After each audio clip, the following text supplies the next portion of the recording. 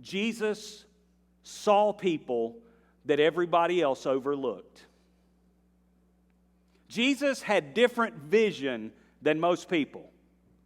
He would see things that other people just glossed over. He would pay attention to people that others had forgotten. He would touch people that nobody else would touch. He seemed drawn to people that were in need. Now, this particular blind man was sitting, and it was the Sabbath day, and he had been, as blind people were in that day, he had been reduced to being a beggar. I am so thankful for progress in society to where today we develop jobs for people who have physical challenges, and there are many jobs that blind people can do and have a very successful living, and that is a wonderful part of our society, that we care for people who've been marginalized by disability. Isn't that a wonderful thing to be a part of in society? We're not perfect, but we're doing better. In this day, this guy was just left on the street to beg. He had no hope of anything, only what people might have mercy on him and giving. So he's sitting there and he's a beggar. And you know how it is. If you see a certain person sitting in a certain spot again and again and again, they kind of become a part of the community that you just overlook. Can we just be honest? No super Christians here today, right? Real people here today following Jesus and struggling sometimes, right? People who are needy tend to become a part of the city and everybody knows them, but everybody very easily overlooks them. Because the longer you see something, the more that you become familiar with it. And as you become familiar with it, it doesn't touch your heart. I spent the first several years of ministry in my life on mission trips and in other countries. My training is to be a missionary.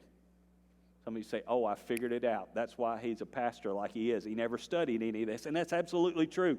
I took one class. I've had education for many years. I took one class on how to be a pastor, and it shows. But you put me on a mission field, I'm trained. When I first started going on mission trips, and if you've not been on one, that's starting to open up again. And one of the key things at Upward that's part of our vision is to get as many people as we can out of this country onto a foreign field to show the love of Jesus Christ. Because something happens in you when you see the things you see. When I first went on a mission trip, several of them I went on to different countries of the world, I would notice the children that were begging, and it would just grab my heart, and I could hardly eat while I was there. You know, we'd be eating good food, and these kids would be knocking on the windows of our van, and we'd just be shoving food out the window to these kids, giving them everything that we could. I noticed this, though, when I began to live in a foreign country. It became so familiar to me to see these kids that it was easy for me just to overlook them and even begin to see them as a nuisance. Because when you get familiar with something, you stop seeing it for what it is. I want you to hear this about Jesus. Jesus saw. He saw into this man's heart. He saw into this man's need. He noticed him. Anybody like to have that kind of vision? Can I see your hands this morning? I need to know that some of you are alive this morning. So, would you like to have the kind of vision Jesus had? You can. Because I want to tell you where he got it from. Skip back a few chapters in the book of John. In John 5:17, Jesus said three things I want you to get really quickly, and we're moving on. Jesus said this, John 5:17. He said, "My Father is always working, and so am I." That verse tells us that everywhere we go, and every situation we find ourselves in, that God is working in that situation. Some of you are going to go out to eat after church today. I probably shouldn't get you thinking about that right now, but you're going to go get something to eat. Do you know something? God is going to be up to something in that place. Some of you going to Walmart after church.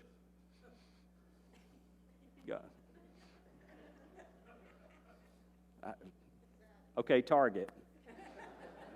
Is that funnier? I don't know. You go to the grocery store. God's going to be up to something in that grocery store.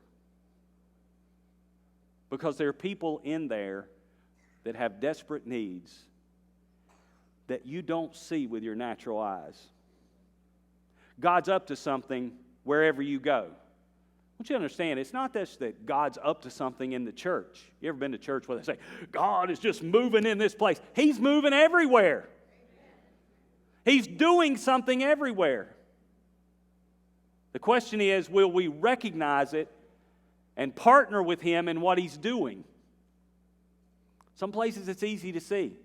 Last night with all those veterans coming by, oh my goodness, we were just shaking hands like crazy. And veterans came by, particularly moving with the Vietnam veterans who had not ever had a welcome home like that. And they came by, and I'm telling you, we saw them with tears in their eyes, and just, you could see how touched they were by that. I love that so much. I'll talk about that for the next month. Get ready. But it's so easy to see God doing something in those situations. But you can go blind to people. Remember, John 5:17, my Father's always working. Then John 5:19 and 20, just a couple verses down, Jesus said, I tell you the truth, the Son can do nothing by Himself. Do you know Jesus said, I don't do all this stuff by myself? He said, He does what He sees the Father doing. There's that seeing again. Jesus saw what God was up to in every situation He was in. Verse 20 said, for the Father loves the Son and shows Him everything He's doing. Here's how to see like Jesus sees. Walk closely with the Lord. Amen. And everywhere you go, I want you to pray 2 prayers. And if you pray these prayers, you'll develop the heart of Jesus, and you'll begin to see what Jesus sees. Say this, 2 prayers. You ready? God, what are you up to right now? What are you up to in this place right now? And what's my role in it? What am I supposed to do to partner with you in what you're doing? So easy in my life to get caught up in what I want to do. Apparently I'm the only one. I'm feeling very alone right now. Easy for me to have my agenda. Anybody leave your house with an agenda? How many planners do we have in the place? How many of you have your schedule planned out tomorrow? You know where you're going to be at 9:48 tomorrow, and you're all set. How many have a to-do list? How many live by list? Oh, I love you folks. I have a list, and I've got it on my phone, and I check off that list. Can I tell you what we need to do? We need to make sure that the Father's agenda gets into our calendar and onto our to-do list instead of ours. God, make this day not about what I want to do and what I think I need to be accomplished, but God, what are you up to today? And help me to be a part of it. Help me to see what you're doing and help me to partner with you in what you're doing. That's how you'll see like Jesus sees. Number 1, Jesus saw. Now let's look at the second thing Jesus did. Then he, verse 6, then he spit on the ground and made mud with the saliva and spread the mud over the blind man's eyes. Jesus spat. Now, I'm not the best at grammar. Is spat past tense for spit? It's in the King James, but I'm not sure we say, is it spit, spat, sput? Is that how it works? Is that right? How many are with me as far as spat? How about sput? Does that work for anybody? Just one, Steve. Yeah, I'm not buying that. Even him and I cannot determine that. Jesus spat. What? This is the really crazy part. Blind man, and Jesus starts spitting. He spit on the ground, made a mud pie, and put it in the guy's eyes. I mean, Jesus actually made it worse. You ever prayed about something and it got worse? I've had people come to me before and say, preacher, you said to start praying about this, and I did, and it's worse. I'm stopping praying right now. Jesus literally spits on the ground, makes a mud pie, sticks it in a blind man's eyes. You don't put mud in somebody's eyes to heal their eyes, at least according to my thinking. There are a lot of theories as to why this is the case. Someone has written this, and I don't know, I'm not smart enough to know if this is true or not. Somebody wrote that a possible explanation is this, that there's 32 different substances or chemicals that make up the human eye, 32, and that 29 of them can be found in the soil, and the other 3 can be found in human saliva. Some of you smart people go research that and find out if that's absolutely right. But that's one possible explanation. That's very interesting. Another thought that really touched, I think part of it is that mankind was created, the Bible says, out of the dust of the ground. Jesus picked up ground. Another one that really touched my heart was this. This guy was blind, and he couldn't see anything, so he really relied on his hearing. If you've ever been around people who are visually impaired, it's wonderful how God has engineered this human body for compensation. And if there is a need, there's a problem in one area, God has just engineered our bodies to compensate by giving us special abilities in other areas. And if you're blind, you'll really be sensitive to hearing because that's the way you would get around. That's the way you would survive. It's not recorded that Jesus said anything to this man. The first thing he did was spit. The first thing this man heard from Jesus was, do you like that? Some of you could do better than that. Please don't try now. First thing he hears from Jesus is that. Something critical to understand here, though, is that's the first thing he heard from a lot of people. Spitting on someone was a sign of contempt. There were people in his day, and this is evident. If you'll read the chapter, John 9, read it all. I can't hit it all today. But even the disciples thought this guy was in the shape he was in because he or his parents had sinned. And so essentially they're thinking, blind guy over there, he deserves to be there because he did something to earn that, or his parents did, so he deserves this. And many times they would spit on him in contempt.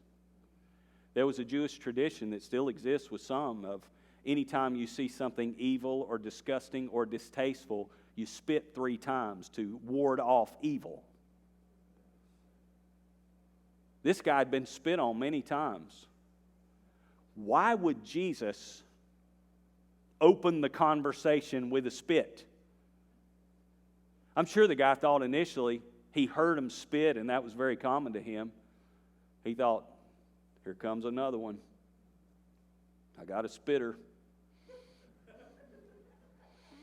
Here comes more shame. Here comes more contempt. Here comes more pain. I've learned this about Jesus.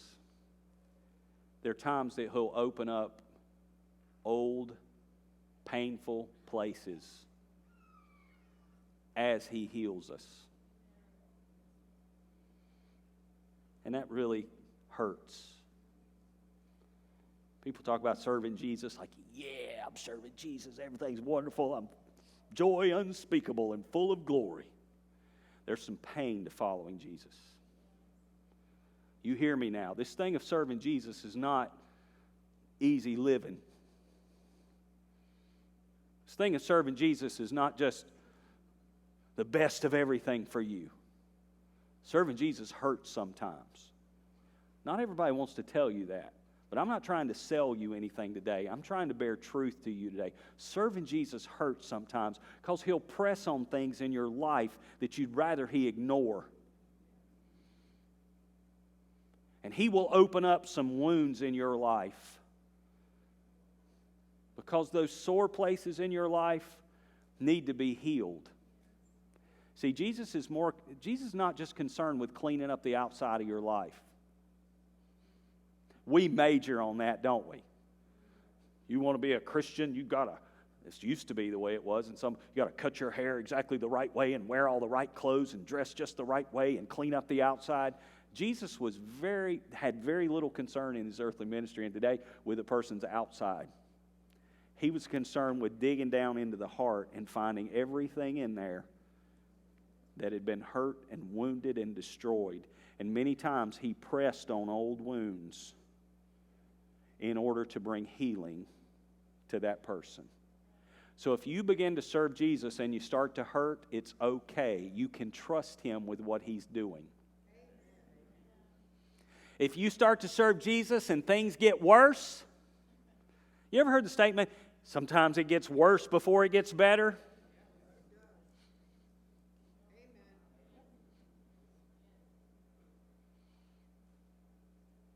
You go start working out, and you absolutely destroy your body. And then you get up and look in the mirror the next day, and you'll say, it ain't worth it. You go get you a dozen Krispy Kremes.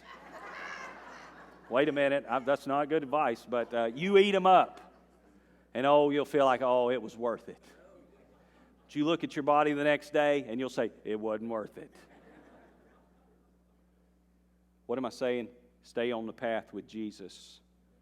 Through the pain, through the hurt, you can trust Him that He's healing you even when it feels like He's hurting you.